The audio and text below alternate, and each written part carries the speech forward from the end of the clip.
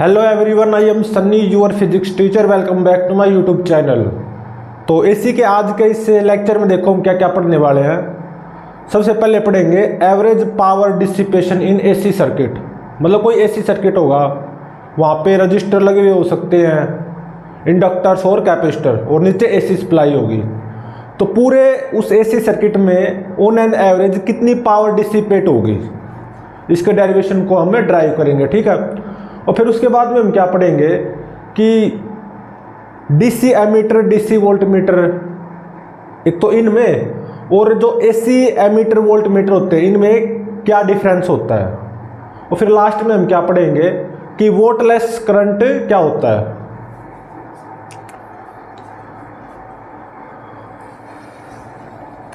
तो देखो, सबसे पहला टॉपिक आज का average power dissipation in AC circuit.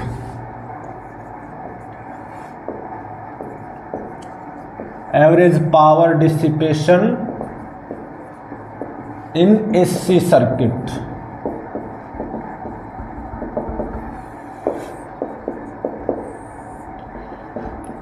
मान लो कोई एसी सर्किट है, उसमें जो अल्टरनेटिंग वोल्टेज सप्लाई है, एसी सप्लाई, वो E is equal to E naught sine omega T है। अक्सर ऐसा ही होता है।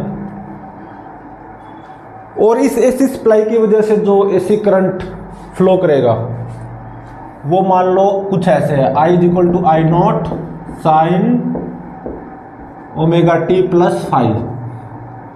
तो देखो फाइव यहाँ पे क्या है, अल्टरनेटिंग वोल्टेज और अल्टरनेटिंग करंट, इनके बीच में फेज डिफरेंस है ना, फाई देख सकते हो। तो फाई क्या है, phase difference between alternating voltage and alternating current आई। ठीक है। अब देखो, जो अल्टरनेटिंग वोल्टेज हमने अप्लाई किया है is equal to E naught sine omega T, इसकी आरएमएस वैल्यू क्या आएगी, पीक वैल्यू बाय में रूट टू। और अल्टरनेटिंग करंट की आरएमएस वैल्यू क्या आएगी, पीक वैल्यू मतलब आई नोट बाय में रूट टू, ये हम जानते हैं। अब देखो इंस्टेंटेनियस पावर वो क्या होता है, E इंटू में आई होता है ना, तो E इंटू में आई, तो ये क्या आ जाएगा, E naught I naught sine omega T plus phi into में साइन ओमेगा टी। ये इंस्टेंटेनियस पावर, ये तो टाइम के ऊपर डिपेंड कर रही है। इंस्टेंटेनियस पावर कांस्टेंट थोड़ी ना है। ठीक है। अलग अलग टाइम पे इंस्टेंटेनियस पावर की वैल्यू अलग अलग आएगी। तो जब ऐसा होता है तो हम क्या निकालते हैं, एवरेज पावर। ठीक है। तो पी एवरेज का फॉर्मूला क्या होगा, मतलब एक तरह से हमने पी एवरेज ही निकालनी है। ठीक है ना, average power dissipation in AC circuit, P average. ये पी एवरेज ही क्यों निकालनी पड़ रही है हमें यहाँ पे, क्योंकि इंस्टेंटेनियस पावर जो कि V इंटू में आई होता है, मतलब E इंटू में आई, ये टाइम का फंक्शन है। ठीक है ना, अलग अलग टाइम पे इंस्टेंटेनियस पावर अलग अलग है, P अलग अलग है एट डिफरेंट इंस्टेंट। तो ऐसे में हमको average power dissipation in AC circuit, P average निकालनी पड़ेगी। और किसी भी फंक्शन का एवरेज कैसे निकलता है, जैसे यहाँ पे पी एवरेज निकालना है, integration P D T by में इंटीग्रेशन डी टी, ऐसे ही करेंगे, इज इक्वल टू पी की ये वैल्यू यहाँ पे पुट कर दो। ठीक है ना, तो ई नोट आई नोट तो बाहर आ जाएगा, अंदर क्या बचा, sign omega T plus phi into में साइन ओमेगा टी, और ये डी टी, और बाय में इंटीग्रेशन dt। अब टाइम की लिमिट्स कहां से कहां तक लेनी पड़ेगी, 0 से 2 पाई बाय ओमेगा। 0 से 2 पाई बाई ओमेगा, क्योंकि हम एवरेज पावर डिसिपेशन निकाल रहे हैं इन AC circuit over complete cycle, ठीक है ना। एक साइकिल कंप्लीट होने में कितना टाइम लगेगा, 0 से 2 पाई बाई ओमेगा, ठीक है, मतलब 2 पाई बाई ओमेगा टाइम लगेगा। तो इस इंटीग्रेशन को कैसे सॉल्व करें अभी हम, तो यहाँ पे बाय में 2 कर दो और यहाँ पे इनटू में 2 कर दो, कोई फर्क नहीं पड़ेगा ना। अब 2 साइन ए साइन बी का फॉर्मूला हम जानते हैं ट्रिग्नोमेट्री से। 2 साइन ए साइन बी का फॉर्मूला क्या होता है, कोस A minus B plus cos A plus B, sorry minus आता है यहाँ पे, minus cos A plus B, ये होता है। ट्रिग्नोमेट्री में इस फॉर्मूले को आप शायद पढ़ चुके होंगे। 2 sine A sine B is equal to cos A minus B minus cos A plus B, ठीक है। तो यहाँ पे ए तो ये हो जाएगा ओमेगा टी प्लस 5 और बी क्या हो जाएगा ओमेगा टी। तो यहाँ पे मेरे को ये बता दो, तो 2 sine omega T plus 5 into में साइन ओमेगा टी, इसकी वैल्यू क्या आ जाएगी, 2 sine omega T plus 5 into में साइन ओमेगा टी। इसी को फॉलो करो, cos A minus B, omega T plus 5 minus omega T, तो कितना आया 5 आया, minus cos A plus B, A plus B मतलब omega T plus 5 plus omega T, तो क्या आ गया 2 ओमेगा टी प्लस 5, ठीक है ना।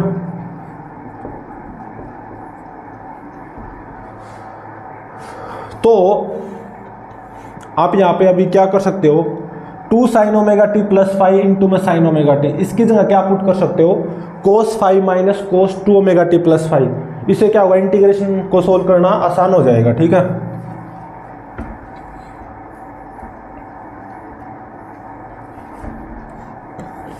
क्या पुट कर दो, कोस 5 minus cos 2 omega T plus 5। अब तो इंटीग्रेशन कर ही सकते हो। तो देखो पी एवरेज क्या आ जाएगा, E naught I naught by में 2, एक बार डिनोमिनेटर में आ जाओ, इंटीग्रेशन डी टी क्या आएगा टी, और अपर limit minus lower limit 2 pi by omega हो जाएगा। अब आ जाओ यहाँ पे, कोस 5 एक कांस्टेंट ही तो वैल्यू होगी, तो इसका इंटीग्रेशन क्या हो जाएगा, कोस 5 इंटू में T minus cos 2 omega T plus 5, इसका इंटीग्रेशन क्या होगा, देखो कोस का इंटीग्रेशन क्या होता है साइन, तो sine 2 omega T plus 5, T के साथ में 2 ओमेगा है तो नीचे क्या आ जाएगा 2 ओमेगा, और 0 से 2 पाई बाई ओमेगा लिमिट है। अब देखो ये क्या हो जाएगा, E naught I naught omega by में 4 पाई, है ना, E naught I naught omega by में 4 पाई। अब यहां पे upper limit minus lower limit कर लो,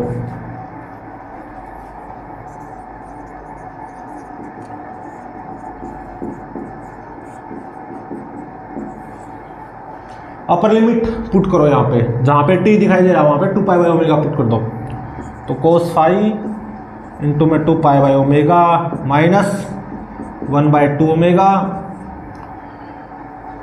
2 ओमेगा टी प्लस 5 क्या हो जाएगा, 2 ओमेगा टी क्या है 2 पाई बाई ओमेगा और प्लस 5, ओमेगा से ओमेगा कैंसिल, तो ये हो गया 4 पाई।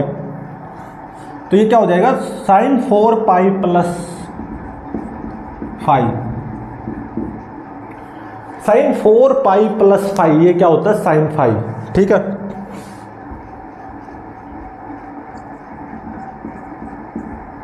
ये तो हो गया अपर लिमिट। अब माइनस लोअर लिमिट करो, टी की जगह 0 पुट करो तो माइनस 0 और माइनस माइनस प्लस, यहाँ पे टी को 0 पुट करो तो ये क्या आ जाएगा 1/2 ओमेगा साइन फाइव, है ना, सही है। तो इससे तो ये कैंसिल हो गया, और ओमेगा से ओमेगा कैंसल, पाई से पाई कैंसल, एक दो से एक दो कैंसल, तो क्या बचा, E naught I naught cos phi by में 2। तो पी एवरेज की वैल्यू आ गई E naught I naught into में कोस फाइव बाई 2, ठीक है, E naught I naught into में कोस फाइव बाई में 2। अब इस 2 को देखो कैसे लिख सकते हो, √2 इंटू में √2, तो पी एवरेज क्या आ गया, E naught by √2 E R M S, I naught by √2 I R M S, और इंटू में कोस फाइव। तो average power dissipation in an AC circuit वो ये होती है, ठीक है।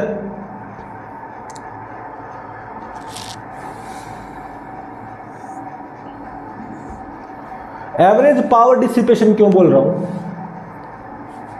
क्योंकि इंस्टेंटेनियस पावर तो अलग अलग टाइम पे अलग अलग है, तो ऑन एन एवरेज हमें एवरेज पावर डिसिपेशन निकालनी होगी ना एसी सर्किट में, तो उसके लिए पी एवरेज निकालना होगा, किसी फंक्शन का एवरेज जैसे निकालते हैं, ठीक है। तो इसको याद रखना, average power dissipation in an AC circuit will be equal to E R M S into में I R M S into में कोस फाइव। और ये जो कोस फाइव है ना, ये क्या होता है, पावर फैक्टर, ठीक है, इसको पावर फैक्टर बोलते हैं। और फाइव क्या है, अल्टरनेटिंग वोल्टेज और अल्टरनेटिंग करंट में फेज डिफरेंस, और E R M S value of alternating voltage, I R M S value of alternating current, ठीक है।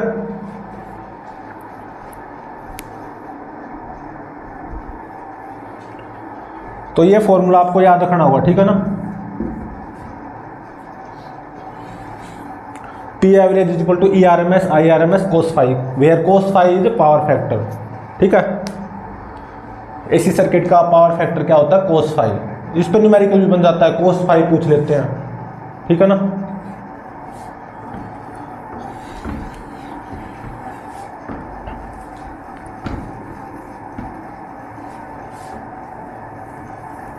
अब देखो, हमें करंट इलेक्ट्रिसिटी में पढ़ा था हमने, वहां पे वोल्ट मीटर होते थे, एमीटर होते थे। वोल्ट मीटर वोल्टेज को मेजर करता था और एमीटर करंट को मेजर करता था। तो डीसी सर्किट की अगर मैं बात करूं, मान लो कोई डीसी सर्किट बना लो, जैसे ये बना लिया मैंने, 2 ओम का रेजिस्टेंस और ये 1 ओम का रेजिस्टेंस, और यहाँ पे बैटरी लगा दी मैंने, मान लो 6 वोल्ट की, ठीक है। और मैंने एक डीसी एमीटर यहाँ पे लगा दिया, डीसी एमीटर, ठीक है, आइडियल डीसी एमीटर। और यहाँ पे मैंने आइडियल डीसी वोल्ट मीटर लगा दिया।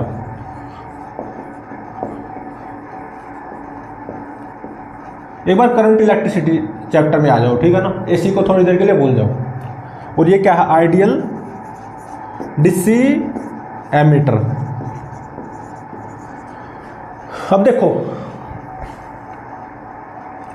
2 और 1 3 ओम दोनों सीरीज में है, और 6 वोल्ट की बैटरी, तो कितना करंट फ्लो करेगा, 6 बाई में 3, 2 एम्पियर करंट फ्लो करेगा ना।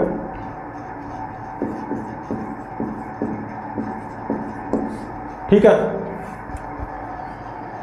और इस रजिस्टर के अक्रॉस वोल्टेज कितनी आनी चाहिए, पोटेंशियल डिफरेंस इस रजिस्टर के अक्रॉस, आई आर अप्लाई कर दो, 2 दूनी 4 वोल्ट, इसके अक्रॉस IR 2 एकम 2 वोल्ट, सही है। और कितना DC करंट फ्लो करेगा? 2 एम्पियर, मतलब कांस्टेंट करंट फ्लो करेगा, ये टाइम के साथ चेंज नहीं होगा, ठीक है। तो देखो सबसे पहले आते हैं हम DC एमीटर।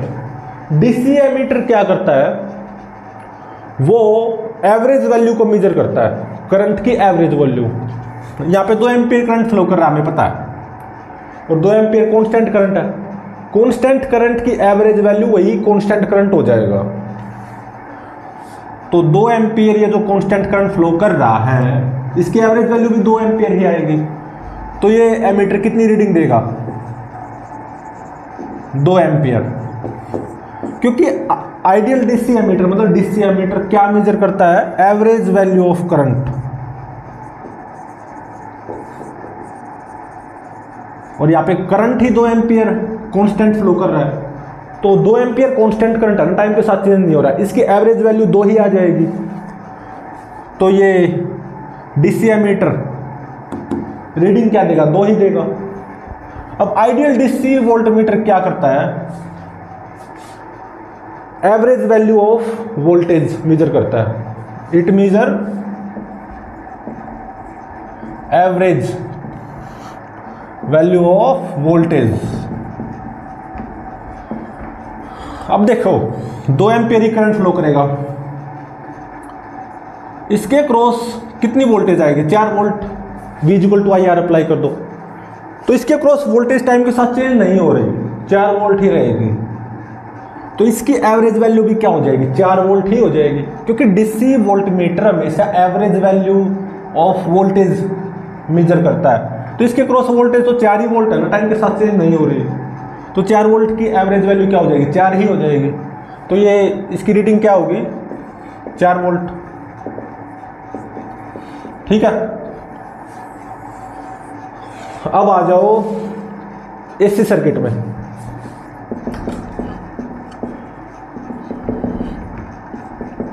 कोई भी AC सर्किट बना लो, जैसे कि RL सर्किट बना लो, वैसे कोई भी सोच सकते हो, जैसे कि मैंने RL सर्किट सोच लिया, ठीक है, और नीचे AC सप्लाई दे दी, E = E0 sin ωt, इसका resistance R, self inductance L, ठीक है। अल्टरनेटिंग करंट फ्लो करेगा I, कितना? ये हम कर चुके हैं RL सर्किट को, E0 √R² plus ωL² sign ωt। यहाँ पे क्या आएगा? प्लस tan 1 ωL/R आएगा या माइनस tan 1 ωL/R आएगा? यहाँ पे आएगा माइनस tan 1 ωL/R। ये हम कर चुके हैं, ठीक है। मतलब वोल्टेज आगे होगी करंट से, ठीक है। ये हम पहले कर चुके हैं RL सर्किट में, ये कंप्लीट। तो I = I0 sin ωt minus theta, ऐसे ही तो लिखेंगे, ठीक है ना, या -φ लिख लो, आपकी मर्जी है। ऐसे में अल्टरनेटिंग वोल्टेज और अल्टरनेटिंग करंट, इनमें फेज डिफरेंस क्या आया? φ, जो कि क्या होगा? tan 1 ωL/R।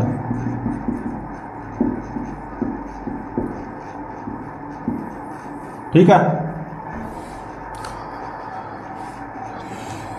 अब एक चीज बताओ, इस रजिस्टर के अक्रॉस अल्टरनेटिंग वोल्टेज क्या आएगी? VR।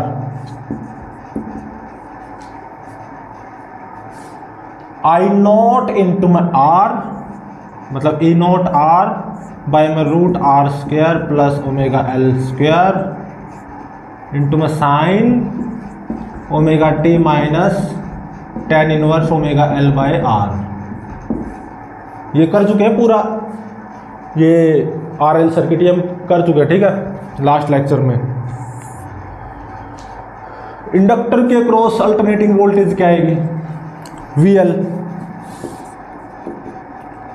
आई नॉट इंटू ओमेगा एल, मतलब E naught omega L by में root R square plus omega L square sine omega T minus tan inverse omega L by R. यहाँ पे plus pi by two आएगा या minus pi by two आएगा।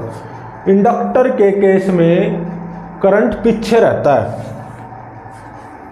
कितने पाई by to से, तो ये क्या आएगा प्लस पाई बाई टू। ठीक है,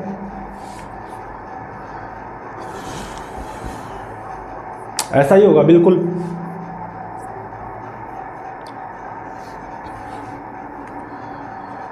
अब एक चीज बताओ मेरे को, अगर मैं यहां पे डीसी एमीटर यूज करूं इस एसी सर्किट में करंट को मेजर करने के लिए, भाई कितना करंट है, डीसी एमीटर का यूज करूं, और ऐसे ही यहां पे डीसी वोल्ट मीटर का यूज करूं, मान लो मैं इस रजिस्टर के अक्रॉस वोल्टेज को मेजर करने के लिए प्रैक्टिकली किसका यूज करूं, डीसी वोल्ट मीटर,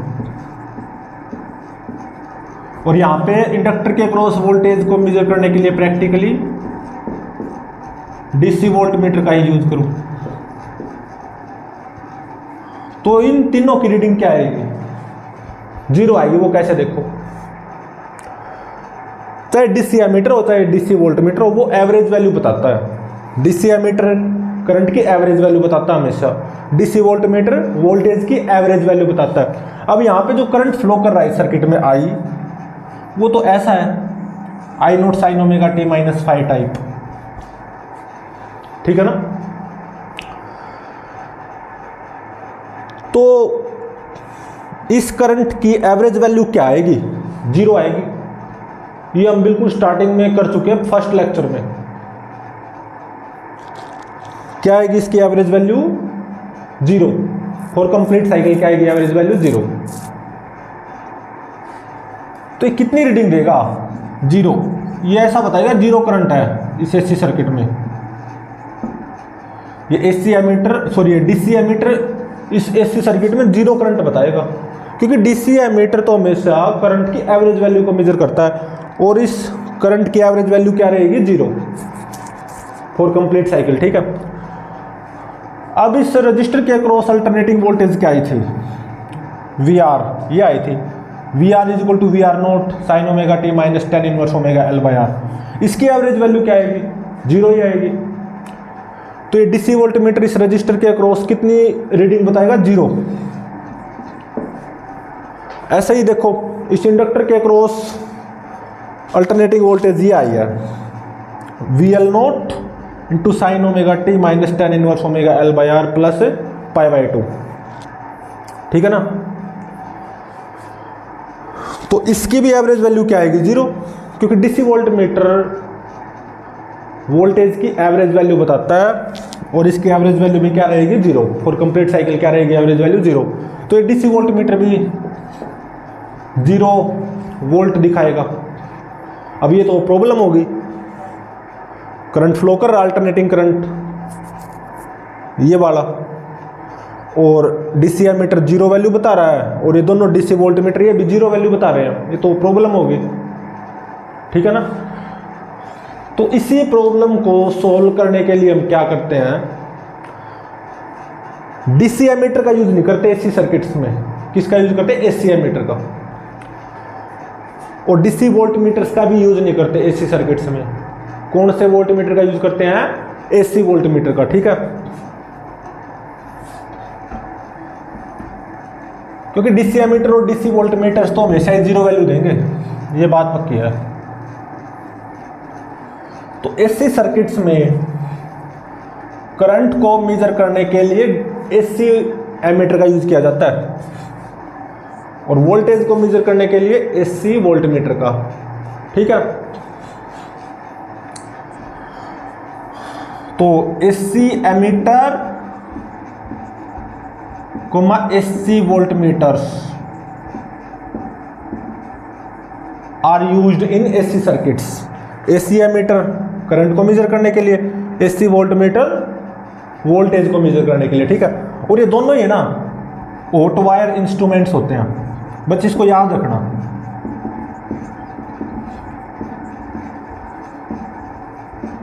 मतलब ये नॉर्मल एमीटर वोल्ट मीटर नहीं होते, वो जो डीसी वाले होते हैं, इनका प्रिंसिपल थोड़ा सा अलग होता है, ठीक है।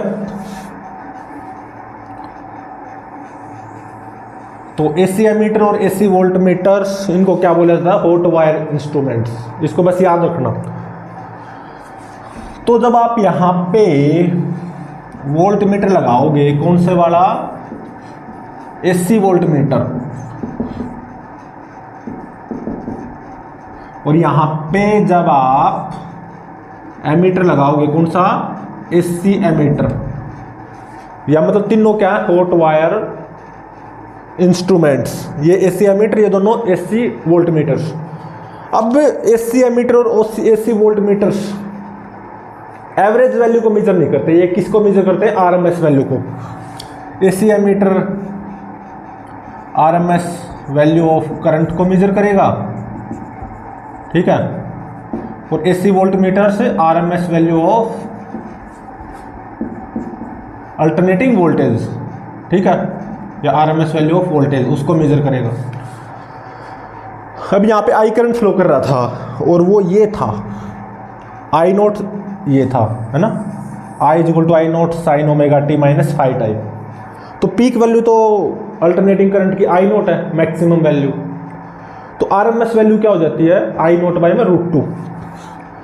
तो ये एमीटर आई आरएमएस ही बताता है, एसी एमीटर, और जो कि क्या होगा, आई नोट बाय में रूट टू, ठीक है। और आई नोट मेरा ये है, ठीक है ना। एसी वोल्ट मीटर्स वोल्टेज की आरएमएस वैल्यू बताएंगे। अब रजिस्टर के अक्रॉस वोल्टेज की पीक वैल्यू ये है ना, मैक्सिमम वैल्यू, जिसको वी आर नोट बोलेंगे, क्या, वी आर नोट।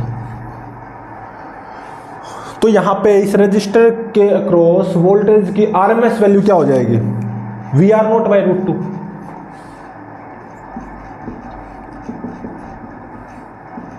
समझ रहे हो ना। इंडक्टर के अक्रॉस अल्टरनेटिंग वोल्टेज ये थी, और इंडक्टर के अक्रॉस वोल्टेज की peak value we L note ये थी, है ना। तो AC volt metre RMS value बताएगा, मतलब वी एल नोट मतलब पीक वैल्यू बाय में रूट टू, आरएमएस वैल्यू तो ऐसे निकालते हैं, ठीक है।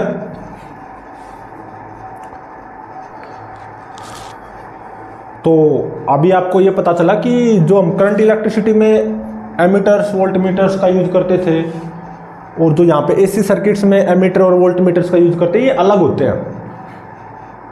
वो एवरेज वैल्यू बताते हैं करंट और वोल्टेजेस की, और ये आरएमएस वैल्यू बताते हैं। इसका और इसका प्रिंसिपल भी अलग होता है, ठीक है ना। ये तो मूविंग कोयल गैलन को एमीटर में कन्वर्ट किया जाता है, ऐसा ही मूविंग कोयल गैलन को वोल्ट मीटर में कन्वर्ट किया जाता है, ये हम पढ़ चुके हैं, ठीक है। वहां पे प्रिंसिपल क्या होता था मूविंग कोयल गैलन का, torque acting on a current carrying coil when it is placed in magnetic field, external magnetic field. यहाँ पे जो एमीटर और वोल्ट मीटर है, इनका प्रिंसिपल ही अलग होता है, उनसे बिल्कुल अलग, इसलिए इनको क्या बोलते हैं, हॉट वायर इंस्ट्रूमेंट्स, ठीक है। बस इतना याद रखो, काफी है। और ये ध्यान रखना, ये आरएमएस वैल्यू बताते हैं, आरएमएस वैल्यू को मेजर करते हैं, ना कि एवरेज वैल्यू को। एवरेज वैल्यू को डीसी एमीटर और डीसी वोल्ट मीटर्स ही रीड करते हैं, ठीक है। अगर यहाँ पे आप डीसी एमीटर या डीसी वोल्ट मीटर लगाओगे तो वो हमेशा ही जीरो वैल्यू देगा, क्योंकि अल्टरनेटिंग करंट और अल्टरनेटिंग वोल्टेजेस, इन सब की एवरेज वैल्यू तो जीरो है फॉर कंप्लीट साइकिल। ये हम फर्स्ट लेक्चर में पढ़ चुके हैं, ठीक है।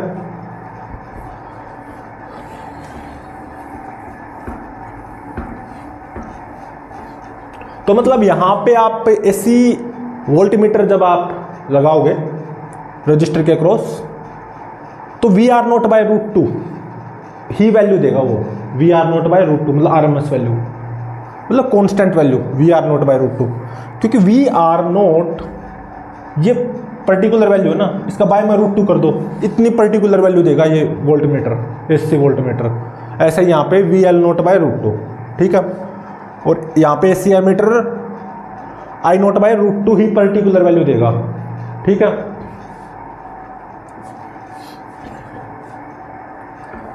मतलब जैसे कि डीसी एमीटर्स और डीसी वोल्ट मीटर्स एक जगह पे आके उनकी नीडल रुक जाती थी, ऐसे ही यहां पे भी एसी एमीटर और एसी वोल्ट मीटर्स में नीडल एक जगह पे ही रहेगी। ये कितनी वैल्यू देगा, VR0/√2 और ये VL0/√2 और एमीटर I0/√2, ठीक है। अभी देखो यहां पे जो करंट है, अल्टरनेटिंग करंट, वो टाइम के साथ चेंज भी हो रहा है और डायरेक्शंस भी चेंज करेगा। कभी ये डायरेक्शन होगी, कभी ये डायरेक्शन, और टाइम के साथ चेंज भी होगा। मतलब I कभी पॉजिटिव होगा और I की वैल्यू किसी टाइम पे नेगेटिव भी आएगी, और ये टाइम के साथ चेंज भी होंगे। तो ये मत समझना कि यहाँ पे जो हम एसी एमीटर का यूज करेंगे उसकी नीडल भी ऐसे ऊपर नीचे होती रहेगी, कभी नेगेटिव कभी पॉजिटिव, ऐसा नहीं है। एसी एमीटर की रीडिंग हमेशा एक जगह पे रहेगी, और किस पे रहेगी, I0/√2 पे, IRMS।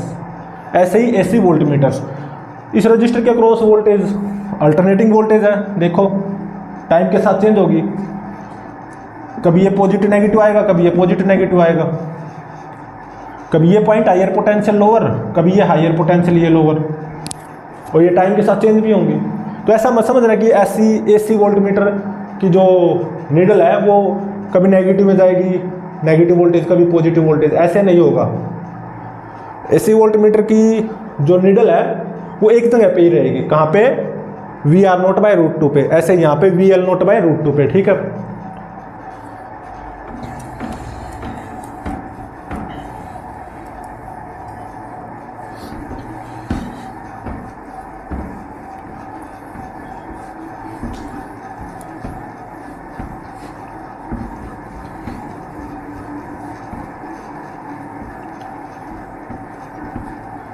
तो अब देखो एवरेज पावर डिसिपेशन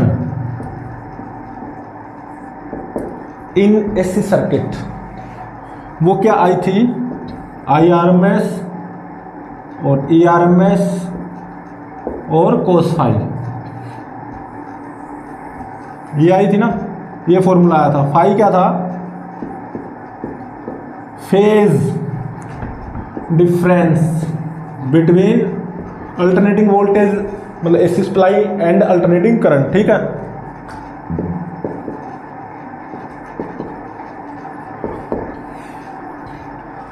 और cos फाई को क्या बोला गया था, पावर फैक्टर,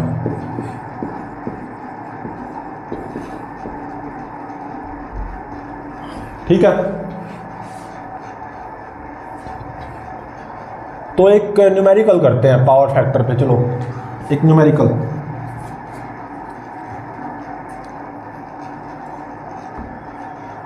तो इस न्यूमेरिकल में क्या गिवन है, एक इंडक्टर है और एक रजिस्टर है और एक कैपेसिटर, तीनों सीरीज में लगे हुए हैं, ठीक है। और नीचे एसी सप्लाई है, ठीक है। इंडक्टर का जो रिएक्टेंस है वो 100 ओम गिवन है, मतलब एक तरह से ओमेगा एल है भाई, क्या है, ओमेगा एल दे दिया इसने। और रजिस्टर का रेजिस्टेंस 60 ओम, मतलब आर। और कैपेसिटर का रिएक्टेंस 20 ओम दे दिया इसने, मतलब 1/ωc की वैल्यू दे दी इसने, कितने, 20 ओम। नीचे एसी सप्लाई होगी, इसका कुछ एल होगा, इसका कुछ सी होगा, और यहाँ पे एसी सप्लाई की कुछ एंगुलर फ्रीक्वेंसी भी होगी ओमेगा। तो इसने आपका काम आसान कर दिया, ओमेगा एल की ही वैल्यू दे दी 100 ओम, मतलब एक तरह से ये जो इंडक्टर है इसका रिएक्टेंस दे दिया, ऐसा ही कैपेसिटर का भी रिएक्टेंस दे दिया 20 ओम, ठीक है। तो इसमें आपको क्या पूछा गया कि पावर फैक्टर बताओ इस एसी सर्किट का, power factor of this AC circuit, मतलब एक तरह से cos फाई की वैल्यू पूछ ली इसने आपसे, ठीक है। और इसके लिए 4 ऑप्शंस अवेलेबल हैं।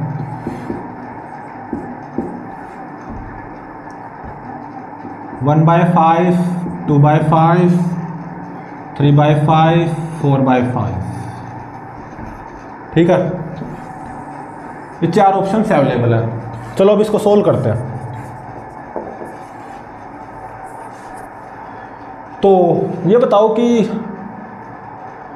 इस सर्किट का, इस एसी सर्किट का इम्पीडेंस क्या आएगा कॉम्प्लेक्स फॉर्म में। वो क्या होता है, R plus omega L minus 1/ओमेगा C जे। तीनों सीरीज में है, इसका R प्लस 0J होता है, इसका ओमेगा LJ होता है, इसका माइनस 1/ओमेगा CJ होता है। तीनों सीरीज में है तो सीरीज वाला फॉर्मूला लग जाएगा। तो impedance of this AC circuit complex number form में यही तो आ जाएगा। तो R कितना 60 प्लस ओमेगा L 100 दे दिया माइनस 1/ओमेगा C की वैल्यू 20 दे दी। तो 60 प्लस 100 में से 20 गया 80, 60 प्लस 80J आ गया कॉम्प्लेक्स फॉर्म में। और cos phi पावर फैक्टर होता है किसी भी एसी सर्किट का, where phi is a phase difference between alternating voltage and alternating current. ठीक है ना। तो एक बार आप tan थीटा निकालना, 80/60 ही तो आएगा, मतलब 20 तो 81, 20 × 60,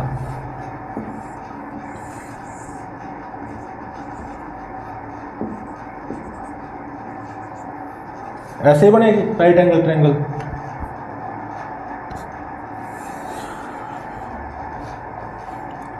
और इस राइट एंगल ट्रायंगल में थीटा कितना हो जाएगा, मेरे को ये बताओ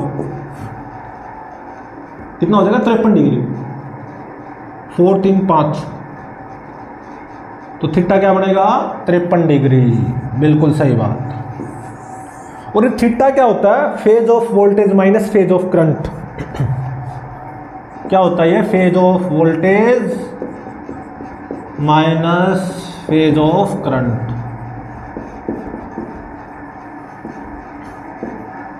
ठीक है।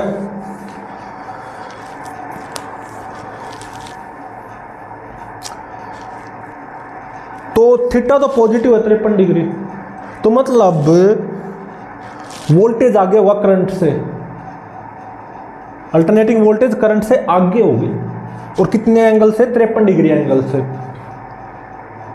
तो अल्टरनेटिंग वोल्टेज और अल्टरनेटिंग करंट में कितना फेज डिफरेंस आ गया, 53 डिग्री ही आ गया।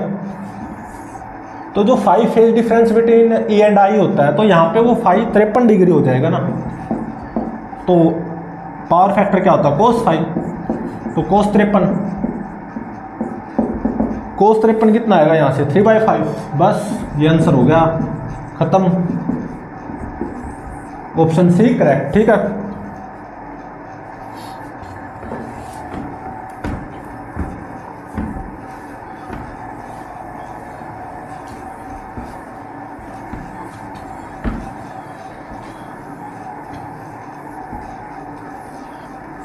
अभी हम क्या करेंगे, purely resistive circuit, purely inductive, purely capacitive, जैसे कि RL सर्किट हो गया, RC सर्किट हो गया, इनमें एवरेज पावर डिसिपेशन निकालेंगे एसी सर्किट्स में। ठीक है, P एवरेज की वैल्यू निकालेंगे। ठीक है।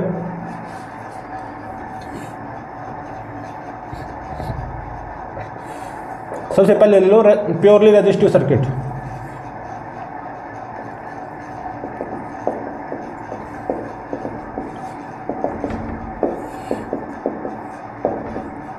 ठीक है।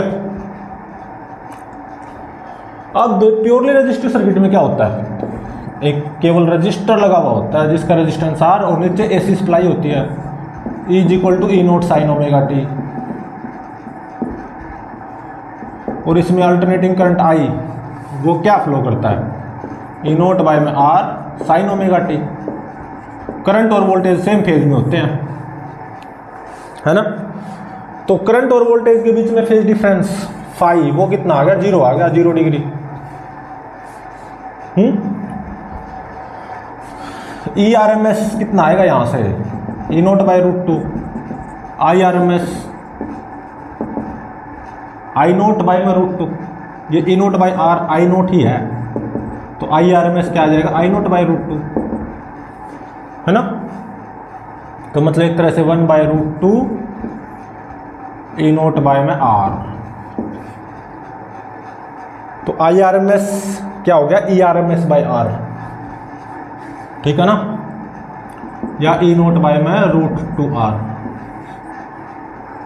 तो P average, average power dissipation in this AC circuit, in this purely resistive AC circuit, वो फॉर्मूला अप्लाई कर लो बस, I R M S E naught by में root two R, E R M S E naught by में root two, cos phi cos 0 1, तो ये कितना आ गया, ई नोट स्क्वायर बाय में 2r, ठीक है। ये तो हो गया प्योरली रेजिस्टिव सर्किट में। अब आ जाओ प्योरली इंडक्टिव सर्किट में, प्योरली इंडक्टिव सर्किट मतलब जिसमें केवल इंडक्टर ही लगा हुआ होना चाहिए और नीचे एसी सप्लाई, इंडक्टर का सेल्फ इंडक्टेंस L और ये AC supply is equal to E naught sine omega T, alternating current I, E R M S कितना हो जाएगा, E naught by root two, और यहाँ पे अल्टरनेटिंग करंट कितना आता है, ई नोट बाय में ओमेगा L, अगर किसी को याद हो purely inductive circuit, sine omega T minus pi by 2 ये आता है। प्योरली इंडक्टिव सर्किट में वोल्टेज लीड करती है करंट से पाई बाय 2 एंगल से, मतलब करंट पीछे रहता है। तो करंट और वोल्टेज के फेज में कितना डिफरेंस है, पाई बाय 2 ही तो है, तो phase difference between voltage and current, मतलब वोल्टेज और करंट के बीच में कितना डिफरेंस है, फेज में कितना डिफरेंस, पाई बाय 2 ही हो जाएगा, पाई कितना होगा, पाई बाय 2। तो बस ये फॉर्मूला अप्लाई कर दो, कहाँ गया, पी एवरेज का ये है ना। तो इसमें पावर फैक्टर कितना हो जाएगा, कोस 90 0, तो प्योरली इंडक्टिव सर्किट में पावर फैक्टर कोस 5 वो ही 0 हो गया, तो पी एवरेज तो अपने आप 0 हो जाएगी, ठीक है।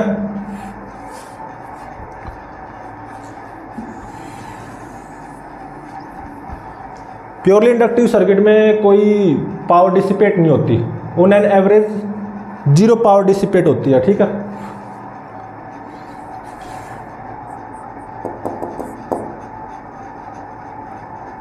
थर्ड प्योरली कैपेसिटिव सर्किट,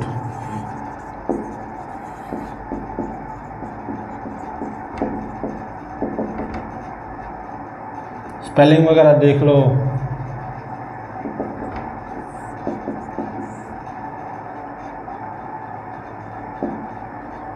जो भी है स्पेलिंग थोड़ी ना मुद्दा है। अब देखो प्योरली कैपेसिटिव सर्किट में क्या होता है, केवल कैपेसिटर लगा हुआ होता है जिसका कैपेसिटेंस C और नीचे AC supply is equal to E naught sine omega T, और यहाँ पे अल्टरनेटिंग करंट I वो क्या आता है, ई नॉट बाय में 1 ओमेगा सी, क्योंकि कैपेसिटर का जो रिएक्टेंस होता है वो 1 बाय ओमेगा सी होता है ना, तो ई नॉट ओमेगा सी हो जाएगा, आई नॉट इंटू में sine omega T plus pi by 2। यहाँ पे करंट आगे होता है वोल्टेज से, करंट लीड करता है ना प्योरली कैपेसिटिव सर्किट में। तो अल्टरनेटिंग वोल्टेज और अल्टरनेटिंग करंट इनके फेज में कितना डिफरेंस है, पाई बाय 2 ही तो है, फाई कितना हो जाएगा, पाई बाय 2। डिफरेंस हमेशा पॉजिटिव चीज होती है, ठीक है ना। तो पावर फैक्टर कितना हो जाएगा, कोस 5 कोस 90 0, तो पी एवरेज तो अपने आप 0 हो जाएगी उस फॉर्मूले से, ठीक है। तो मतलब इंडक्टर और कैपेसिटर में कोई पावर डिसिपेशन होती नहीं है। तो पावर डिसिपेशन केवल कहां पे होगी, जहां पे एसी सर्किट में रजिस्टर दिखाई देंगे, मान लो कोई ऐसा ऐसी सर्किट है जिसमें कोई रजिस्टर लगा ही नहीं हुआ, केवल इंडक्टर्स और कैपेसिटर्स हैं, और उस ऐसी सर्किट की पी एवरेज पूछी जाए तो 0 लिखना है, क्योंकि रजिस्टर में ही तो जूल सेटिंग इफेक्ट अप्लाई होता है ना।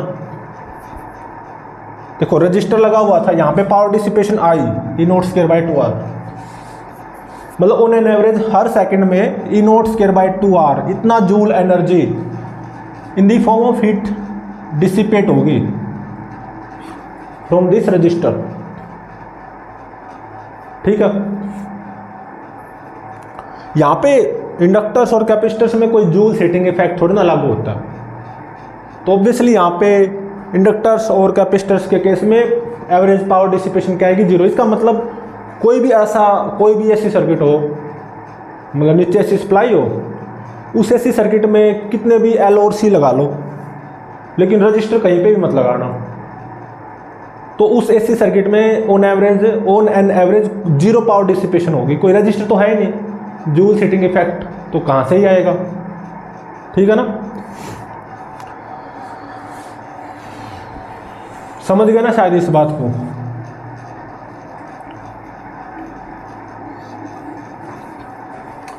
तो प्योरली इंडक्टिव सर्किट में 0 power dissipation, purely capacitive circuit में भी 0, प्योरली रेजिस्टिव सर्किट में E naught square by 2R। E naught is peak value of alternating voltage, R is resistance of that resistor. ठीक है,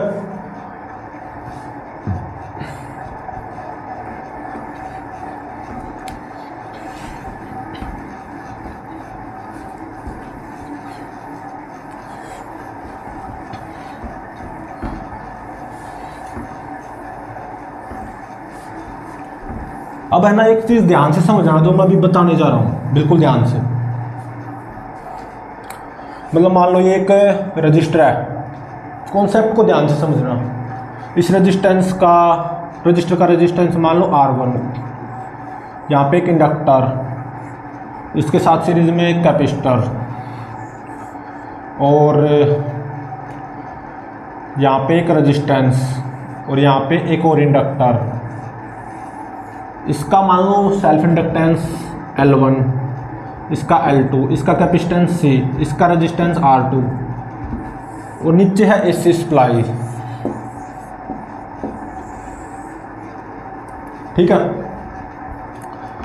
E is equal to E naught sine omega T type.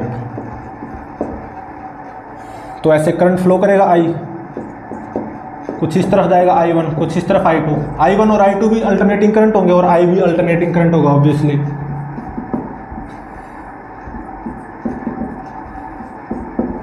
ठीक है ना, इस चीज को ध्यान से समझना जो मैं अभी बताने जा रहा हूं। मान लो ये I है ना, ये I, ये कुछ ऐसा आएगा, मान लो I नॉट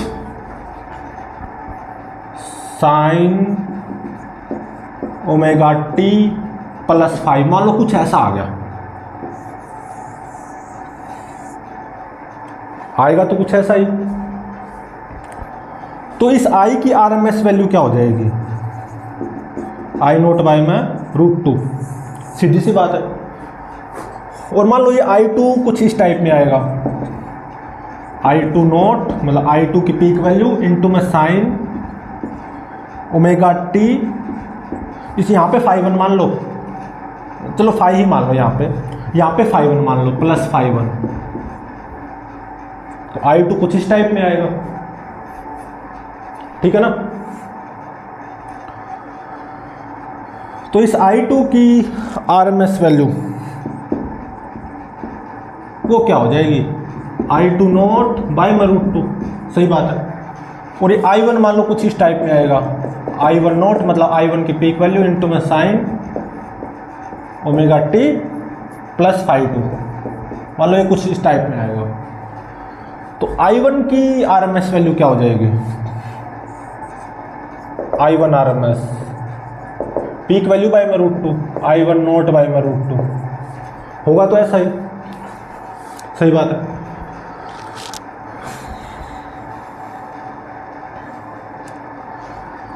और देखो हमने मान लो यहाँ पे एसी एमीटर लगा रखा, हॉट वायर इंस्ट्रूमेंट, ठीक है। तो इसकी रीडिंग क्या आएगी? तो इस आई की आरएमएस वैल्यू ही तो दिखा रहा होगा ये, आई आरएमएस, जो कि आई नॉट बाय रूट 2 आएगी। बिल्कुल सही बात, ठीक है। मान लो एक एमीटर हमने यहां पे लगा रखा है, इसकी रीडिंग क्या आएगी इस एमीटर की? I2 की ये आरएमएस वैल्यू ही तो बताएगा। इसकी रीडिंग क्या आएगी? I2 आरएमएस, मतलब I2 नॉट बाय में रूट 2, ठीक है। और यहां पे भी लगा लो भाई एमीटर, ये कितनी रीडिंग देगा? I1 की आरएमएस वैल्यू, मतलब I1 नॉट बाय में रूट 2, ठीक है। अब ये बताओ इस पूरे एसी सर्किट में ऑन एन एवरेज कितनी पावर डिसिपेट होगी? यहाँ पे कहीं पे आर दिखाई दे रहा है? बिल्कुल, एक भी आर दिखाई देगा ना, एक भी रजिस्टर, तो उस एसी सर्किट में average power dissipation P average वो जीरो तो नहीं आएगी। तो यहाँ पे रजिस्टर है, यहाँ पे रजिस्टर है, यहाँ पे भी जूल सेटिंग इफेक्ट होगा, यहाँ पे भी जूल सेटिंग इफेक्ट होगा, in the form of heat energy dissipate होगी, हीट एनर्जी। तो इस पूरे एसी सर्किट की पी एवरेज, पूरे की, पूरे सर्किट की क्या आएगी? उसका यूज करो ना, उस फॉर्मूले का। जो इस एसी सर्किट में करंट तो ये है ना आई, इस सोर्स की वजह से जो करंट फ्लो हुआ आई, अल्टरनेटिंग करंट, इसकी आरएमएस वैल्यू मतलब आई आरएमएस इनटू में ये जो अल्टरनेटिंग वोल्टेज है इसकी आरएमएस वैल्यू क्या आएगी? ई नॉट बाय में रूट 2, मतलब ई आरएमएस। और अल्टरनेटिंग वोल्टेज और अल्टरनेटिंग करंट ई और आई, इनमें फेज डिफरेंस क्या है? फाई ही तो है। अल्टरनेटिंग वोल्टेज का ओमेगा टी फेज है, अल्टरनेटिंग करंट आई इसका ओमेगा टी प्लस फाई है, तो फेज डिफरेंस कितना हो गया? फाई ही तो हुआ, तो इनटू में कोस फाई, ये आएगा इस पूरे एसी सर्किट में पावर डिसिपेशन। मतलब ऑन एन एवरेज इस पूरे एसी सर्किट में हर सेकंड में इतना जूल एनर्जी डिसिपेट हो रही होगी इन दी फॉर्म ऑफ हीट, इस रजिस्टर से और इस रजिस्टर से मिला के, दोनों का मिला के इस पूरे सर्किट में हर सेकंड में ऑन एन एवरेज इतने joule energy in the form of heat जा रही होगी। अब एक बात बताओ, इस इंडक्टर पे वो फॉर्मूला अप्लाई करना, इंडक्टर में अल्टरनेटिंग करंट I1 है, इस इंडक्टर के क्रॉस वोल्टेज जो आएगी और इस इंडक्टर में जो I1 करंट फ्लो कर रहा है उनमें फेज डिफरेंस क्या होगा? पक्का पाई बाय 2। इंडक्टर के क्रॉस वोल्टेज और इस इंडक्टर में जो I1 करंट फ्लो कर रहा है उनमें फेज डिफरेंस पक्का पाई बाय 2 होगा, ये हम पढ़ चुके, ठीक है ना। तो cos 90 0, मतलब एवरेज पावर डिसिपेशन इन PL1, इस L1 इंडक्टर से कितनी एवरेज पावर डिसिपेट होगी? 0, और होनी भी चाहिए 0 होगी, ये कोई रजिस्टर थोड़ी ना कि यहाँ पे जूल सेटिंग इफेक्ट आ जाएगा, ठीक है। अब आ जाओ इस कैपेसिटर पे, कैपेसिटर में से average power dissipation in the form of heat क्या कुछ आएगा? 0 आएगा। कैपेसिटर रजिस्टर थोड़ी ना, और इस फॉर्मूले से भी वेरीफाई करवा लो, 0 आएगा पक्का, पी एवरेज की वैल्यू 0 आएगी। रजिस्टर में से ना, सॉरी, इस कैपेसिटर में से I1 करंट फ्लो कर रहा है और इस रजिस्टर के अक्रॉस जो अल्टरनेटिंग वोल्टेज आएगी, तो इस I1 और उस अल्टरनेटिंग वोल्टेज में भी फेज डिफरेंस पाई बाय 2 ही होता है, तो फाई क्या हो जाएगा? पाई बाय 2, तो cos 90 0, तो P average in this capacitor C वो भी क्या आ जाएगा? 0। ऐसे ही इस L2 में भी एवरेज पावर डिसिपेशन वो भी 0 आएगा, क्योंकि इस इंडक्टर में से I2 अल्टरनेटिंग करंट है, इंडक्टर के अक्रॉस अल्टरनेटिंग वोल्टेज भी आएगी, अल्टरनेटिंग वोल्टेज और इस I2 करंट, इनमें फेज डिफरेंस 90 डिग्री ही आएगा, तो cos 90 0। तो इसका हो चुका, इसका हो चुका और इसका हो चुका। अब इस रजिस्टर की बारी है। Average power dissipation through this resistance आएगी,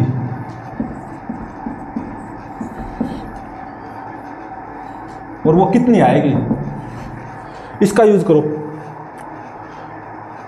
इस रजिस्टर में जो करंट फ्लो करेगा अल्टरनेटिंग करंट I2, और इस रजिस्टर के अक्रॉस वोल्टेज, इनका फेज सेम होगा, ये हम पढ़ चुके। तो फाई हो जाएगा 0, cos 0 1। तो P एवरेज इस रजिस्टर में से वो क्या आ जाएगी, IRMS इंटू में ERMS। मतलब एक तरह से I2 RMS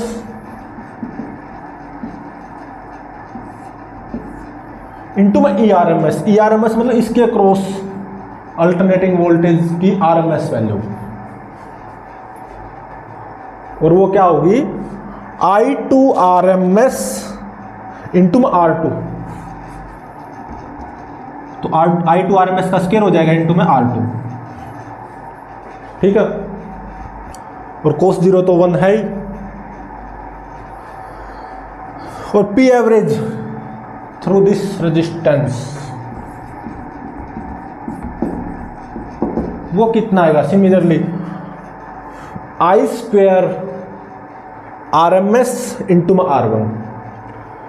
IRMS ERMS cos phi तो 0 हो जाएगा, अगेन वही है, रजिस्टर में से जो अल्टरनेटिंग करंट I पास होगा और इस रजिस्टर के अक्रॉस जो अल्टरनेटिंग वोल्टेज आएगी, दोनों सेम फेज में होंगे, तो फाई तो 0 हो गया, cos 0 1। तो IRMS इंटू में ERMS बचा। IRMS I करंट फ्लो करा ना, इसकी RMS वैल्यू IRMS ही तो है, इंटू में ERMS मतलब इस रजिस्टर के अक्रॉस जो अल्टरनेटिंग वोल्टेज आएगी उसकी RMS वैल्यू, और वो क्या हो जाएगी, IRMS इंटू में R1। तो I स्क्वायर RMS इंटू में R1 हो जाएगा ये। तो इसको ऐड कर लो, इसको ऐड कर लो, इसको ऐड कर लो, इसको ऐड कर लो, इसको ऐड कर लो, मतलब इन पांचों को ऐड कर लो, पक्का इतना आएगा, ये बात गारंटी है। मतलब P average L1 plus P average C plus P average L2 plus P average R1 plus P average R2। ये और ये तीन तो 0 ही हो गए, 0 0 0, और दिस प्लस दिस वो क्या आ जाएगा, I square RMS R1 plus I2 square RMS R2। I square RMS R1 plus I2 square RMS into में R2, ठीक है ना। और ये जो सम है ना, ये सम ये पक्का इसके बराबर आएगा, ये गारंटी है, ठीक है। IRMS ERMS इंटू में cos phi will be equal to this, ठीक है। तो आपको करना क्या, अगर मान लो कोई भी ऐसी सर्किट गिवन हो और नीचे AC सप्लाई हो, AC सर्किट में अगर कोई भी रजिस्टर नहीं है, एक भी रजिस्टर नहीं है, केवल L और C है, तो एवरेज पावर डिसिपेशन वो हो जाएगी 0। उस सर्किट में एवरेज पावर डिसिपेशन क्या होगी, 0, क्योंकि पावर तो डिसिपेट रजिस्टर के थ्रू ही होगी ना, जूल हीटिंग इफेक्ट तो यही कहता है। अब सारे ही L और C हैं, इंडक्टर्स और कैपेसिटर हैं पूरे AC सर्किट में, तो किसी से मतलब हर किसी से 0 पावर डिसिपेट होगी, मतलब कोई पावर डिसिपेट होगी नहीं in the form of heat. तो P एवरेज क्या हो जाएगा, 0, ठीक है। मतलब उस केस में cos फाई 0 हो जाएगा, मतलब वोल्टेज और करंट के बीच में फेज डिफरेंस कितना आएगा, पक्का π/2। अगर एक भी रजिस्टर सर्किट में नहीं हुआ तो P एवरेज क्या हो जाएगी, 0। अगर एक भी रजिस्टर हुआ ना सर्किट में, जैसे कि यहाँ पे तो 2 है, वैसे एक भी अगर हुआ, कम से कम एक भी हुआ, तो एवरेज पावर अगर आप डिसिपेशन आपको निकालनी है, सीधी सी बात है, जीरो तो आएगी नहीं, लेकिन वो इसी से आएगी, जो भी आएगी इस फॉर्मूले से। IRMS यहाँ पे जो एमीटर लगा हुआ होगा वो जो रीडिंग देगा AC एमीटर IRMS इनटू में यहाँ पे एक वोल्ट मीटर लगा दो, AC वोल्ट मीटर, वो जो रीडिंग देगा ऑब्वियसली ERMS ही देगा, AC सोर्स की RMS वैल्यू। IRMS इंटू में ERMS इंटू में cos फाई, मतलब अल्टरनेटिंग वोल्टेज और अल्टरनेटिंग करंट, इनमें कितना फेज डिफरेंस है, फाई इंटू में cos फाई कर देना, ठीक है, ये आ जाएगी उस पूरे AC सर्किट में एवरेज पावर डिसिपेशन। एक तो ये मैसेज मिल रहा है इस चीज़ से, और एक और मैसेज क्या मिल रहा है, जब एवरेज पावर डिसिपेशन इंडिविजुअली निकालनी है आपको, इंडिविजुअली, तो L और C को तो भूल जाना, उनसे तो जीरो ही आएगी, तो केवल रजिस्टर्स को देखना। इस रजिस्टर में RMS वैल्यू है IRMS, तो इस रजिस्टर के थ्रू कितनी एवरेज पावर डिसिपेशन आएगी, पक्का I² RMS into R1, I² R कर दो, मतलब I² RMS इंटू R1। देखो अब इस रजिस्टर पे आओ, यहाँ पे एमीटर की रीडिंग है I2 RMS, तो इसमें एवरेज पावर डिसिपेशन क्या आएगी, I2² RMS इंटू R2, और फिर इन दोनों को ऐड कर देना तो पूरे सर्किट की ही हो जाएगी एवरेज पावर डिसिपेशन, ठीक है, क्योंकि L और C से कुछ होगा ही नहीं, ठीक है ना, कोई पावर डिसिपेशन नहीं होगा L और C से। जहाँ पे रजिस्टर होगा वहीं पे तो जूल सेटिंग इफेक्ट आएगा, वहीं पे in the form of heat energy dissipate होगी, ठीक है ना।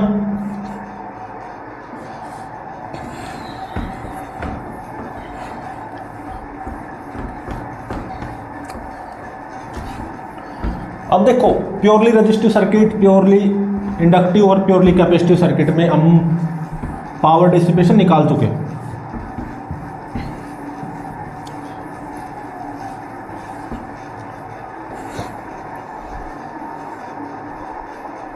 अब क्या बचा, RL सर्किट।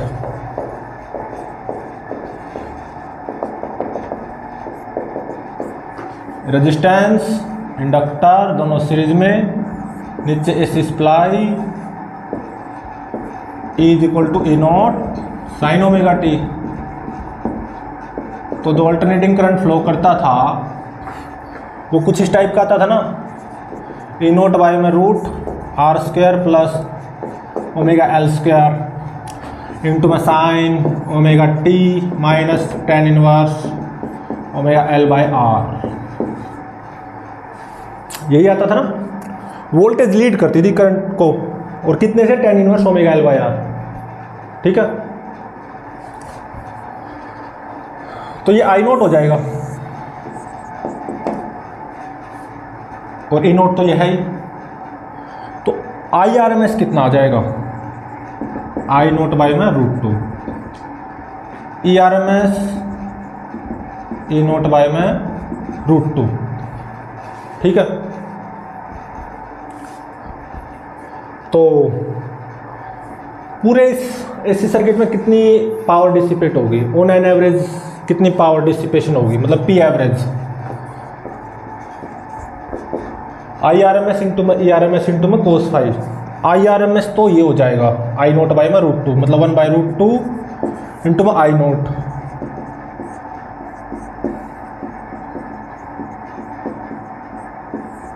और ERMS E0 बाय में √2 इंटू में cos फाई, पावर फैक्टर।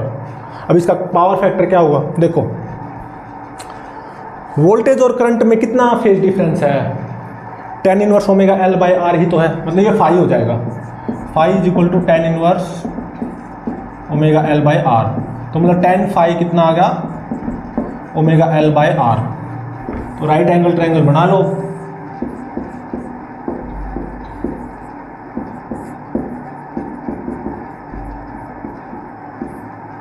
ठीक है। तो यहाँ से एक बार पावर फैक्टर निकालना, cos फाई कितना आएगा, R/में √R² प्लस ओमेगा L का स्क्वायर, इतना ही आएगा ना पावर फैक्टर इस LR सर्किट का। तो इनटू में पावर फैक्टरी तो करना था cos phi, I R M S लिख चुका, E R M S, cos phi करना बाकी है, और कोस फाई वो है।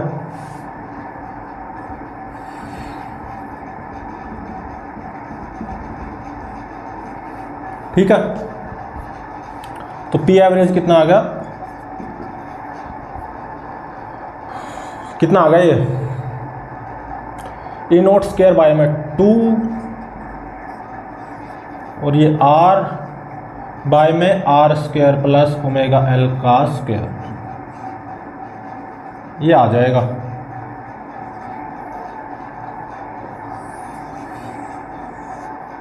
ठीक है,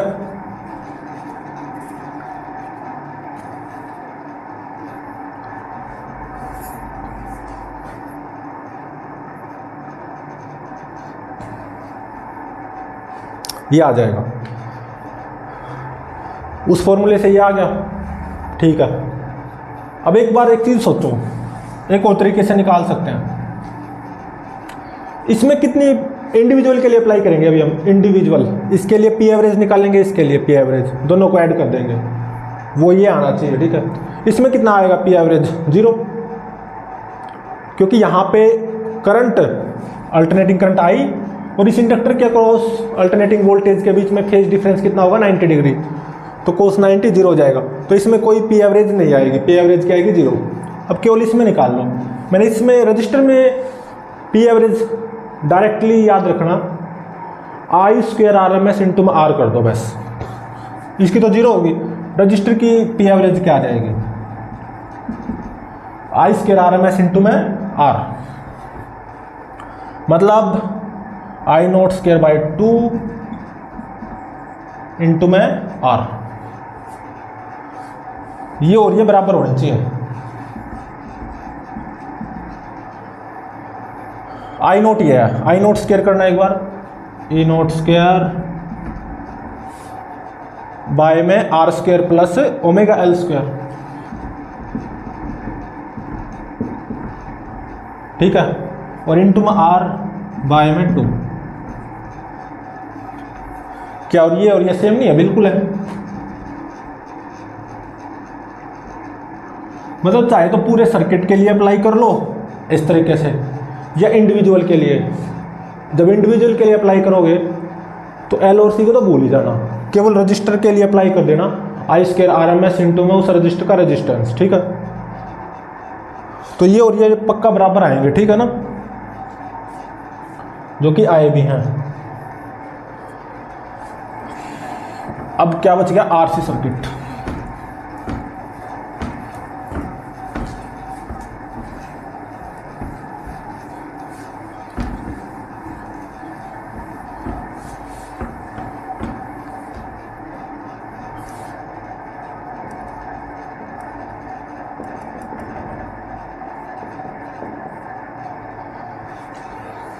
आरसी सर्किट, रजिस्टर और कैपेसिटर सीरीज में और नीचे AC supply, E is equal to E naught sine omega T, resistor का रेजिस्टेंस आर, कैपेसिटर का capacitance C. I alternating current flow किया, आरसी सर्किट को पढ़ चुके हैं, आई कितना आएगा, आई नॉट मतलब ई नॉट बाई में root R square plus 1 omega C का स्क्वायर। आई नोट तो ये आएगा करंट की पीक वैल्यू, ठीक है ना, इंटू में sine omega T plus tan inverse 1 में आर ओमेगा सी। मतलब आरसी सर्किट के केस में करंट लीड करता था वोल्टेज से, और कितने एंगल से, टेन इनवर्स 1 में आर ओमेगा सी से। ठीक है,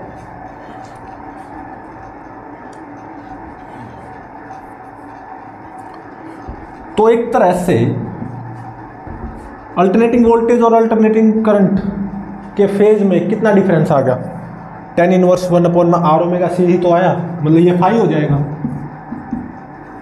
phase difference between E and I, tan inverse 1 में आर ओमेगा सी। ठीक है, तो टेन फाई क्या हो जाएगा, 1 में आर ओमेगा सी। तो राइट एंगल ट्रायंगल बना लो,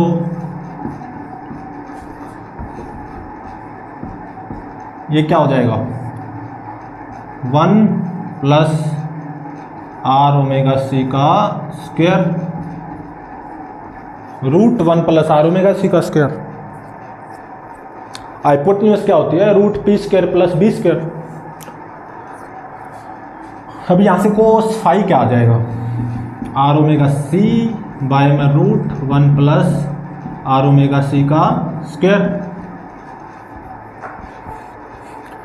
अब पी एवरेज का वो फॉर्मूला अप्लाई कर दो आई आर एम एस, ये आई नोट है ना, आई आर एम एस क्या हो जाएगा आई नोट बाई रूट 2 मतलब 1 बाई रूट 2 इंटू में आई नोट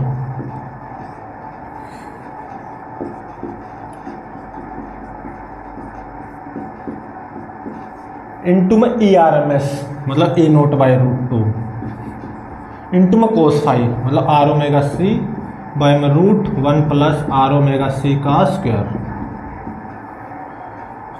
अब इसको और अच्छे से कैसे लिख सकते हैं, ये जो 1 बाई ओमेगा सी स्क्वायर है ना रूट के अंदर, इसका स्क्वायर कर लो तो देखो ई नोट स्क्वायर और रूट 2 2 तो ई नोट स्क्वायर बाय में 2 और ऊपर आर ओमेगा सी है और नीचे ये है, इसको कैसे लिखोगे root R square omega square C square मतलब रूट आर ओमेगा सी का स्क्वायर प्लस 1 बाय में ओमेगा सी का स्क्वायर। ओमेगा सी का स्क्वायर और उसका रूट क्या हो जाएगा ओमेगा सी, तो ओमेगा सी ऊपर पहुंच जाएगा तो ओमेगा स्क्वायर सी स्क्वायर और नीचे ये है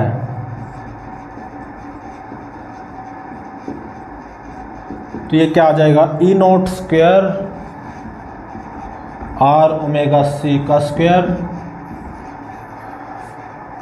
बाय में 2 इंटू में 1 प्लस आर ओमेगा सी का स्क्वायर।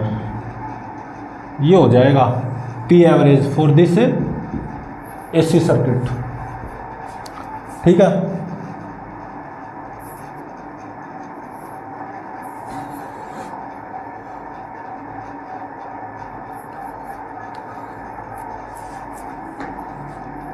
तो इसका ये आ जाएगा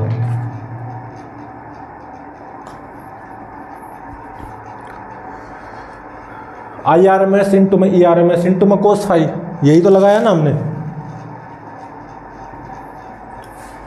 वोल्टेज और करंट में कितना फेज डिफरेंस है tan इनवर्स 1 अपॉन में आर ओमेगा सी मतलब ये फाई हो जाएगा phi is equal to tan inverse 1 upon में आर ओमेगा सी। तो tan फाई क्या बन गया 1 अपॉन में आर ओमेगा सी, तो ये क्या बन जाएगा root 1 plus R omega C का स्क्वायर। हाइपोटेन्यूज क्या होती है root P square plus B square. ठीक है, तो P average I R M S E R M S into में cos phi. I R M S क्या होता है आई नोट बाई में रूट 2 तो 1 बाई रूट 2 इंटू में आई नोट ये हो जाएगा। ठीक है ना, इंटू में ई आर एम एस मतलब ई नोट बाई में रूट 2 इंटू में कोस फाई। यहाँ से कोस फाई क्या आएगा बेस बाई में हाइपोटेन्यूज मतलब आर ओमेगा सी बाय में root 1 plus R omega C का स्क्वायर। तो ई नोट स्क्वायर और R omega C E naught square R omega C और रूट 2 इंटू में रूट 2 2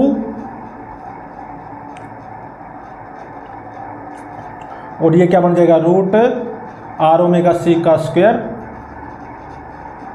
प्लस 1 बाय में ओमेगा सी, ये ओमेगा सी का स्क्वायर हो जाएगा ऊपर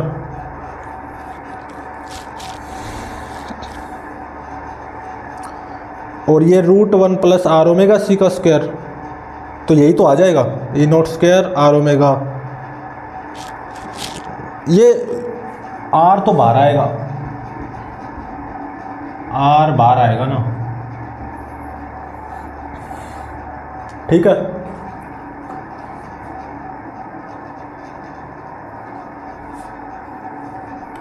तो ये हो जाएगा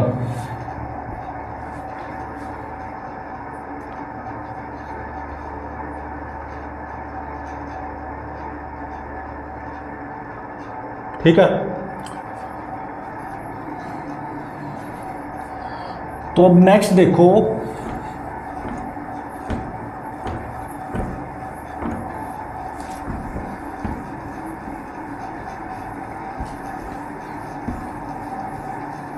वोल्टलेस करंट, ये क्या होता है?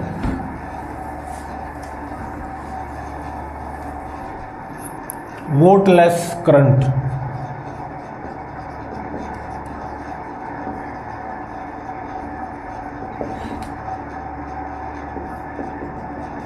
वोल्टलेस करंट क्या होगा?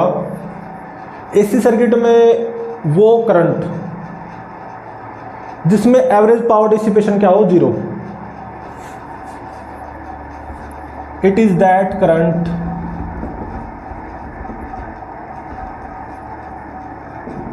in AC circuit which do not consume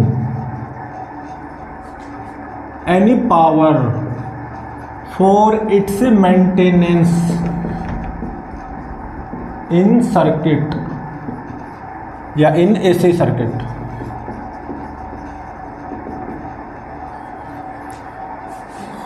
अब देखो, प्योरली इंडक्टिव सर्किट और प्योरली कैपेसिटिव सर्किट, इनमें पी एवरेज कितनी आई थी? 0। कोई रजिस्टर ही नहीं लगा हुआ, इन दोनों में पी एवरेज 0 आई थी। मतलब यहां पे और यहां पे जो करंट फ्लो कर रहा होगा ना, मतलब यहां पे एसी एमीटर और यहां पे एसी एमीटर जो रीडिंग दे रहे होंगे वही वोल्टलेस करंट हो जाएगा। वोल्टलेस करंट की डेफिनेशन क्या है? ये वो करंट है which do not consume any power for its maintenance in AC circuit. इस और इस, इन दोनों ही एसी सर्किट्स में ऑन एन एवरेज कितनी पावर कंज्यूम हो रही है? 0, क्योंकि पी एवरेज 0, क्योंकि फाई 90 डिग्री है ना दोनों केसेस में, ठीक है ना। कोस फाई पावर फैक्टर 0, तो पी एवरेज दोनों में ही 0। ये E is equal to E naught sine omega t, यहाँ पे E is equal to E naught sine omega t. दोनों को इंडिविजुअली स्टडी करते हैं। चलो यहाँ पे मेरे को ये बताओ, जो अल्टरनेटिंग करंट आई फ्लो करेगा प्योरली इंडक्टिव सर्किट में, वो क्या आएगा? E naught by omega L sine omega T minus pi by 2, यही आएगा ना। और इसमें E naught omega C sine omega T plus pi by 2, ठीक है। तो यहाँ पे इस आई की आरएमएस वैल्यू क्या आएगी? मतलब जो ये एसी एमीटर रीड करेगा आई आरएमएस, आई नोट बाई में √2, मतलब 1/√2 ई नोट बाय में ओमेगा एल, है ना। और यहाँ पे जो अल्टरनेटिंग करंट फ्लो करेगा उसकी आरएमएस वैल्यू, मतलब जो ये एमीटर रीड करेगा, आई नोट बाय √2, मतलब E naught omega C by में √2। ऐसा ही है बिल्कुल। तो ये जो एमीटर यहाँ पे जो रीड करेगा ना, क्योंकि देखो यहाँ पे कोई पावर डिसिपेशन है ही नहीं इस एसी सर्किट में, तो यहाँ पे जो एमीटर रीड करेगा, मतलब जो आरएमएस वैल्यू रीड करेगा, वही वोल्टलेस करंट हो जाएगा। तो इस सर्किट में वोल्टलेस करंट ये है, आई आरएमएस ही वोल्टलेस करंट है। और इस सर्किट में भी ये आई आरएमएस करंट ही क्या हो जाएगा? वोल्टलेस करंट, क्योंकि पी एवरेज 0 है ना। तो मतलब जब पी एवरेज 0 हो तो एसी एमीटर जो करंट की वैल्यू रीड करता है वही वोल्टलेस करंट की वैल्यू हो जाती है। तो इन दोनों सर्किट्स में वोल्टलेस करंट आई आरएमएस ही हो जाएगा, ठीक है। अब आओ प्योरली रेजिस्टिव सर्किट पे।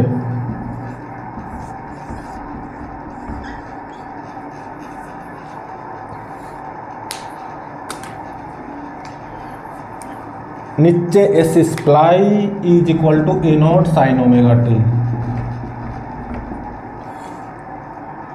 और यहाँ पे एमीटर लगा हुआ है, अल्टरनेटिंग करंट आई फ्लो करेगा बिल्कुल, तो आई क्या होगा ए नोट बाय में आर साइन ओमेगा टी, यही होगा। तो यहाँ पे आई आर एम एस क्या आएगा, आई नोट बाय में रूट 2,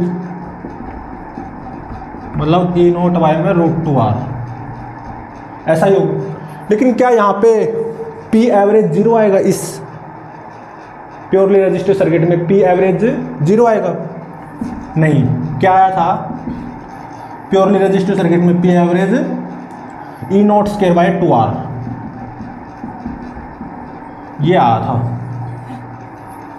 क्या ये जीरो है? नहीं है ना। तो इसका मतलब यहाँ पे जो ये एसी एमीटर आरएमएस करंट की वैल्यू रीड करेगा, मतलब आई आरएमएस रीड तो करेगा एसी एमीटर, लेकिन इसको हम वोटलेस करंट नहीं कह सकते। हम यहाँ पे ये नहीं कह सकते कि आई आरएमएस मतलब A note by root 2R ये वोटलेस करंट है, नहीं। हाँ, यहाँ पे पी एवरेज जीरो, यहाँ पे पी एवरेज जीरो, यहाँ पे जो एसी एमीटर जो रीड करेगा मतलब RMS value I naught by root 2, मतलब ये वोटलेस करंट हो जाएगा। ऐसे यहाँ पे I R M S I naught by root 2 E naught omega C by में रूट 2, ये वोटलेस करंट बिल्कुल हो जाएगा। लेकिन यहाँ पे ये जो ए सी एमीटर रीड करेगा I R M S I naught by root 2 मतलब E naught by root 2R, ये इसको हम वोटलेस करंट नहीं बोलेंगे। लेकिन वोटलेस करंट क्या होगा यहाँ पे, तो उसको कैसे निकालें? तो देखो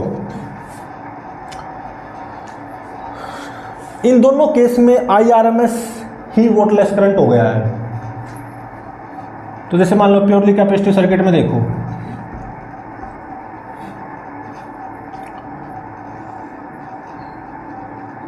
फेजर में आओ, ये ई आर एम एस हो जाएगा, सही है। आई आर एम एस इससे पाई बाय 2 ऊपर आएगा क्योंकि करंट लीड कर रहा है, ऐसा ही बनेगा ना फेजर। और यही यहाँ पे क्या है, वोटलेस करंट है भी, I R M S is wattless current. अब इसमें आओ प्योरली इंडक्टिव सर्किट में फेजर बनाओ, ई आर एम एस ऐसे और आई आर एम एस नीचे आएगा पाई बाय 2 नीचे।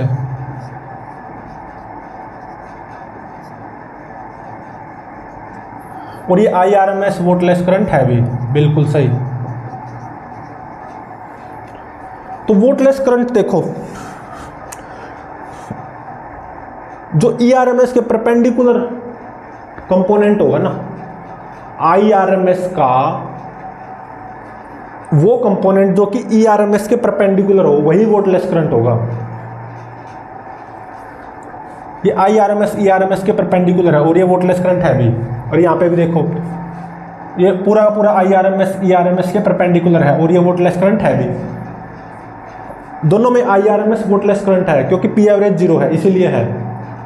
तो यहाँ से समझ में क्या आया, आई आर एम एस का वो कंपोनेंट, जनरल अगर बात करें जनरल, आई आर एस का वो कंपोनेंट वोटलेस करंट कहलाएगा जो कि ई आर एम एस के परपेंडिकुलर होगा फेजर में। तो यहाँ पे अगर आप फेजर बनाओ, ये E R M S omega t phase, I R M S भी यहीं पे आ जाएगा क्योंकि करंट और वोल्टेज दोनों का फेज सेम होगा ना प्योरली रेजिस्टिव सर्किट में। तो आई आर एम एस और ई आर एम एस दोनों का फेज सेम, तो आई आर एम एस का यहाँ पे कंपोनेंट ढूंढो जो कि ई आर एम एस के परपेंडिकुलर हो, जीरो आएगा क्योंकि दोनों का सेम फेज है। तो इस आई आर एम एस का इस परपेंडिकुलर लाइन के अलोंग कंपोनेंट क्या आएगा, I R M S cos 90, zero. तो इसका मतलब इस केस में वोटलेस करंट क्या होगा, जीरो। जीरो वोल्टलेस करंट बोला जाएगा। तो प्योरली रेजिस्टिव सर्किट में वोल्टलेस करंट क्या होता है? जीरो। प्योरली इंडक्टिव सर्किट में जो IRMS वैल्यू होती है करंट की वही वोल्टलेस करंट हो जाता है, बिल्कुल। ऐसा ही प्योरली कैपेसिटिव सर्किट में जो IRMS वैल्यू होती है करंट की वही वोल्टलेस करंट हो जाता है। ऐसा क्यों? क्योंकि इन दोनों में P एवरेज जीरो है। वोल्टलेस करंट की डेफिनेशन देखो ना, ये वो करंट है जो कि कोई पावर कंज्यूम ना करे for its maintenance in this AC circuit. नाम से पता चल रहा है वोल्टलेस करंट, मतलब ऐसा करंट जो कि पावर कंज्यूम ना करे for its maintenance in AC circuit. और वोल्टलेस करंट का एक और नाम होता है इडले करंट। क्या? इडले करंट, इडले, ठीक है।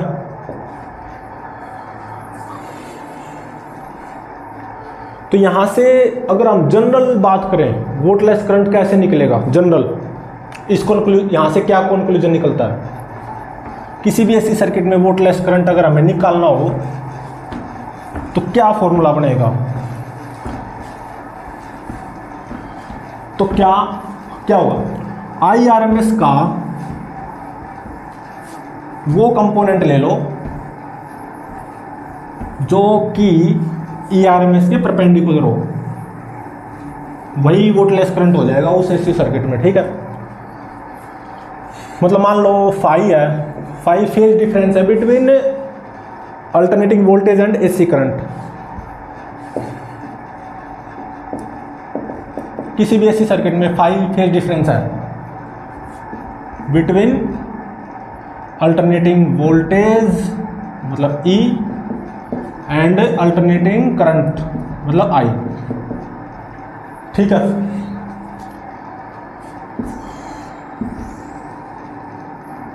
और मान लो ERMS कुछ ऐसे है फेजर में, और IRMS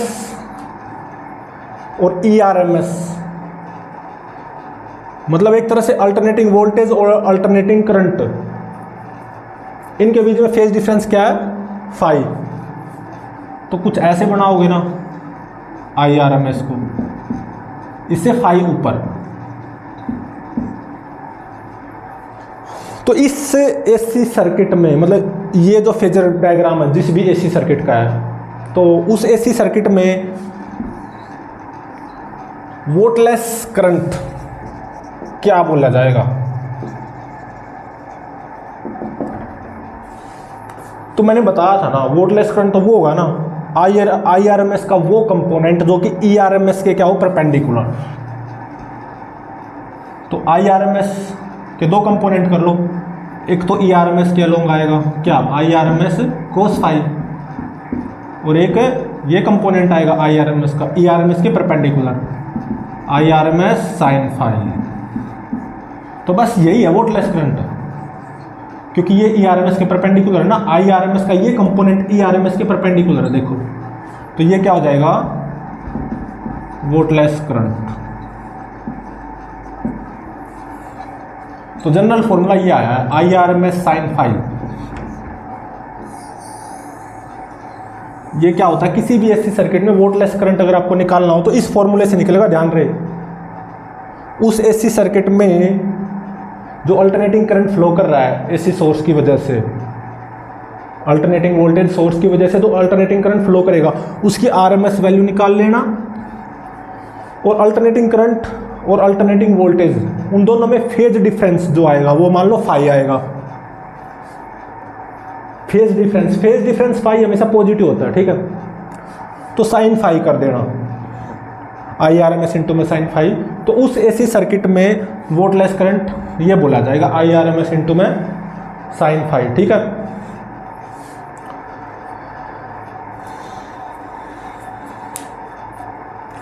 तो देखो केवल यही सूरत हालात होने जरूरी थोड़ी ना कि भाई करंट ही वोल्टेज को लीड करे बाय फाई।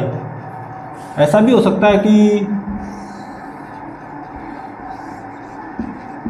वोल्टेज लीड करे करंट को, कितने एंगल से? फाई एंगल से। मान लो कुछ यहाँ पे है IRMS, वोल्टेज करंट से आगे है ना, साफ दिखाई दे रहा है, और कितने एंगल से? मान लो फाई एंगल से। ये एंगल क्या है? फाई। तो आई आर एम एस को दो कंपोनेंट में तोड़ना है। वोल्टेज के अक्रॉस क्या आएगा, E R M S cos phi, और इस ई आर एम एस के परपेंडिकुलर क्या आएगा, I R M S sine phi obviously. ठीक है, तो I R M S sine phi ये क्या हो जाएगा, वोल्टलेस करंट। चाहे ऐसे सूत्र हालात हो, मतलब करंट आगे हो वोल्टेज से या वोल्टेज आगे हो करंट से, लेकिन वोल्टेज और करंट में जो फेज डिफरेंस है फाई, मतलब करंट वोल्टेज से कितना आगे, फाई एंगल आगे, वोल्टेज करंट से कितनी आगे, फाई एंगल आगे। तो साइन फाई लेना है और इनटू में आई आर एम एस कर देना है आपको, तो उस एसी सर्किट में वोल्टलेस करंट आ जाएगा। ठीक है, तो शायद इसके ऊपर न्यूमेरिकल करवाने की कोई ज़रूरत भी नहीं है। ठीक है ना, आई आर एम एस निकालना, फाई निकाल देना और I R M S into में साइन फाई कर देना, तो उस एसी सर्किट में वोल्टलेस करंट की वैल्यू आ जाएगी। ठीक है, तो प्लीज़ चैनल को लाइक, शेयर और सब्सक्राइब जरूर करें।